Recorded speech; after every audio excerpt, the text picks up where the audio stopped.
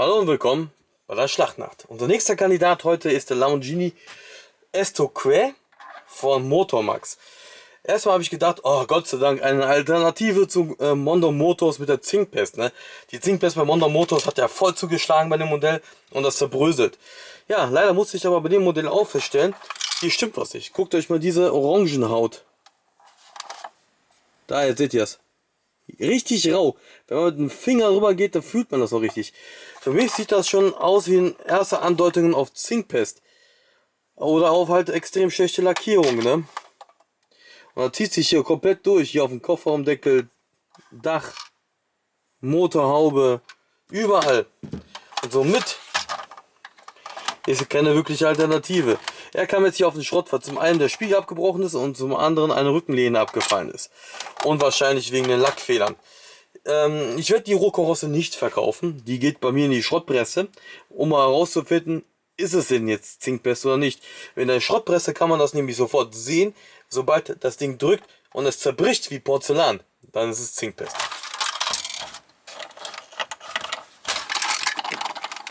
So, Spiegel und Rückenlehne kommen hier raus.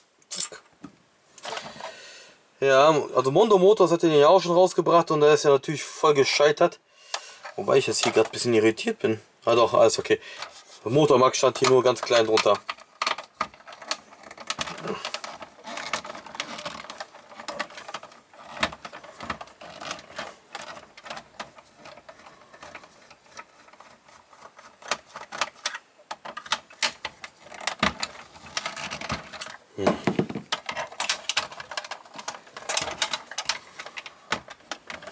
Boah, was ist das denn für eine verkackte Schraube? Boah, ist hier fest.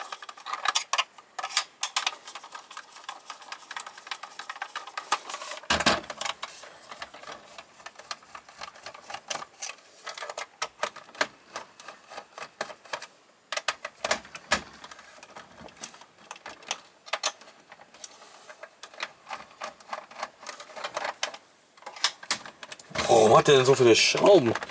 Es geht auch nur Kofferraumdeckel und Türen auf vorne. Die hinteren Türen gehen. Boah, was ist das denn hier für ein Scheiß? Die Schrauben sind bombenfest. Das ist eine Anti-Martin-Sicherung wahrscheinlich. Boah, ist hier fest.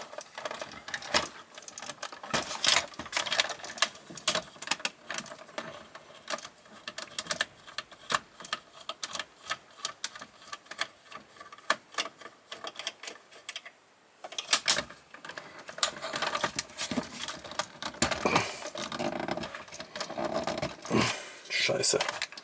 Geht auch nicht ab.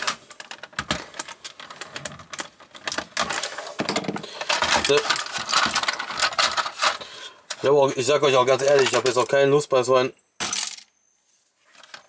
paar Euro Auto.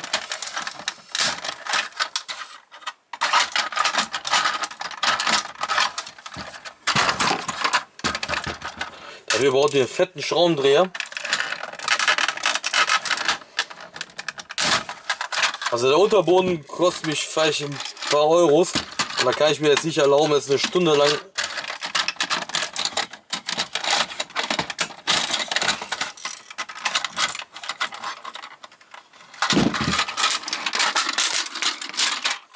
so. Ui, die Innenausstattung kam auch direkt mit raus. Schön weiß, ne? An sich sieht die ja nicht verkehrt aus, aber die ist ein bisschen zu weiß geraten und dann noch glänzend. Ja, das ist jetzt nicht schön, ne?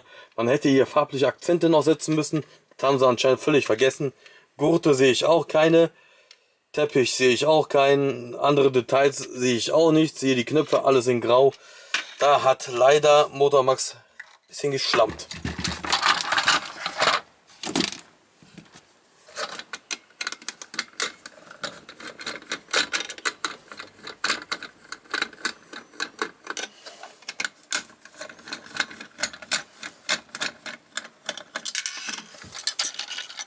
Die Felgen sind auf jeden Fall geil.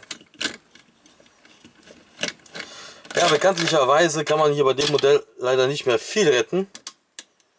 Den Unterboden habe ich jetzt auch gerade abgerissen.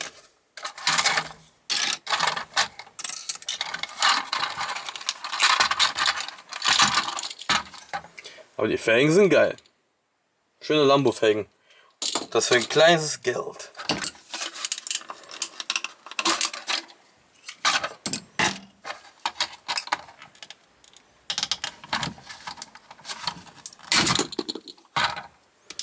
Ja, das war jetzt nicht mein Plan.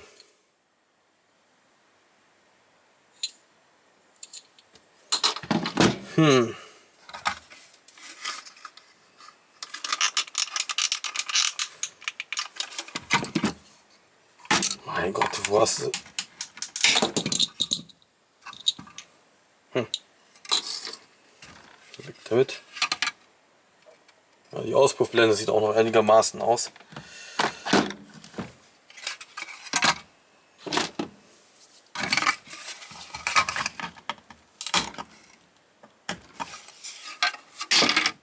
So. Schöner Auspuff, ne?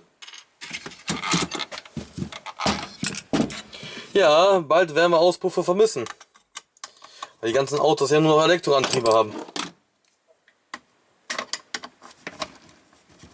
Ein Vorteil hat es, ne? Kann ja wenigstens der Auspuff nicht undicht sein. Na, wenigstens etwas. Und die Polizei kann dann mit ihrem Dezibelmesser auch wieder nach Hause gehen. So.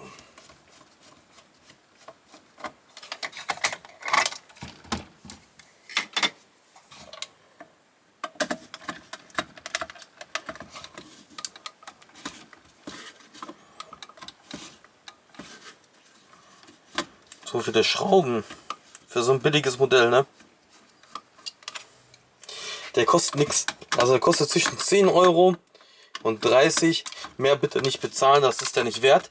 Und bei Mondo Motors bitte darauf achten, auf die Beschreibung. Wenn da steht Lackfehler, dann lasst ihr Finger davon, dann hat er Zinkbiss. Aber ich sage euch auch ganz ehrlich, mir ist bis jetzt noch kein Mondo Motors unter die Finger gekommen, der keine Zinkpest hat.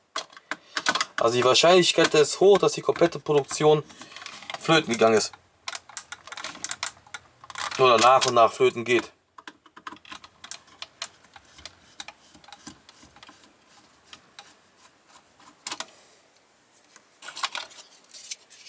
Auch hier keine Details. Ne? Man hat zwar hier noch Lamborghini gemacht und hier noch den Esel, Stier meine ich. Aber ansonsten, hier fehlt eine Anzeige sogar. Seht ihr? Das fehlt. Da.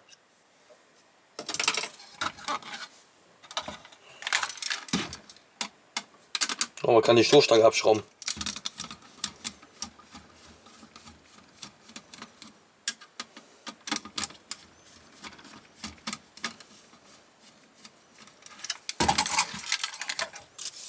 Cool, komplette Front ist das. Sieht cool aus, ne? Ja. Hinten geht auch irgendwas ab. Ich glaube, das ist der Diffuser oder irgendwie sowas.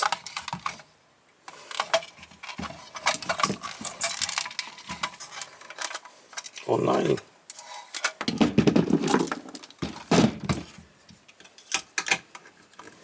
Boah.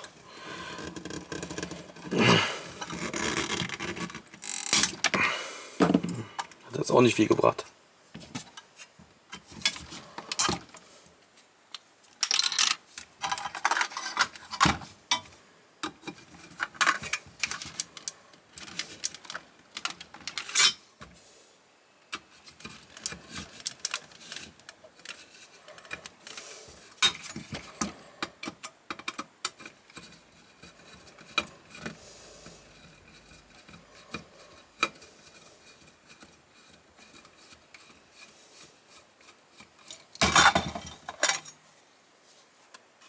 Die Scheinwischer sind nur angedeutet. Seht ihr? Das ist noch nicht mal, naja, billig, billig, billig. Türgriffe sind cool. So Tesla Türgriffe. Oh, hier ist echt... Ja, so viel Zerstörung hier.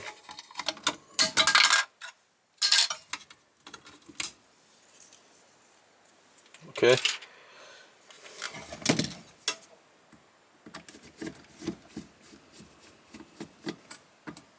Warum zum Teufel hat man hier so viele Schrauben dran gemacht? An dem Kofferraumdeckel. 4 Stück.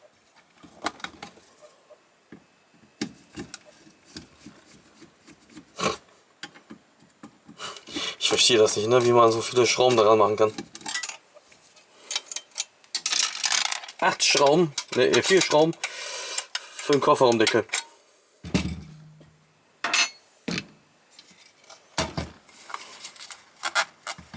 Ja, Dremel, du musst doch mal in Action. Die Scheiben sind genietet.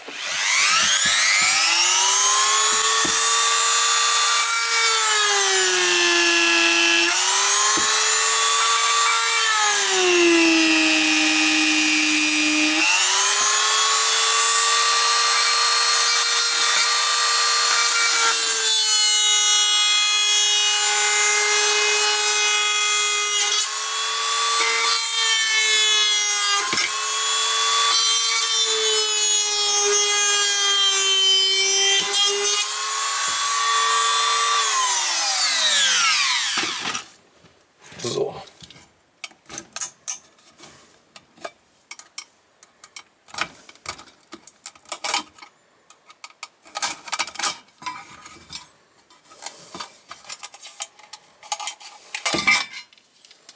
So, die Heckscheibe ist auch raus. Jetzt noch die Rücklichter. Und der gute Lamborghini Escape mit den außergewöhnlichen Namen. Ist Geschichte. Also ich sag euch ganz ehrlich, ich mag das Auto. Und ich hätte mich auch darüber gefreut, wäre der auch in echt in Serie gegangen. Für mich muss ein Supersportwagenhersteller nicht nur Supersportwagen herstellen, sondern wirklich auch die anderen Geschmäcker treffen. Mein Geschmack treffen die auf jeden Fall, genauso mit dem Lamborghini Urus. Das gefällt mir auch gut. Gut, der Name ist leider nicht so toll, aber ich finde den Lamborghini SUV einfach nur geil. Ja, er kommt in die Schrottpresse, weil ich will wissen, ob das Ding Zinkpass hat oder nicht. Also achtsam sein und besonders nicht den von Mondo Motors kaufen. Der hat definitiv Zinkpass. Der vielleicht nicht. Abwarten. Preislich tut sich hier nicht viel, maximal 30 Euro, gibt aber nicht mehr wie 20 Euro aus. Das ist der einfach nicht wert.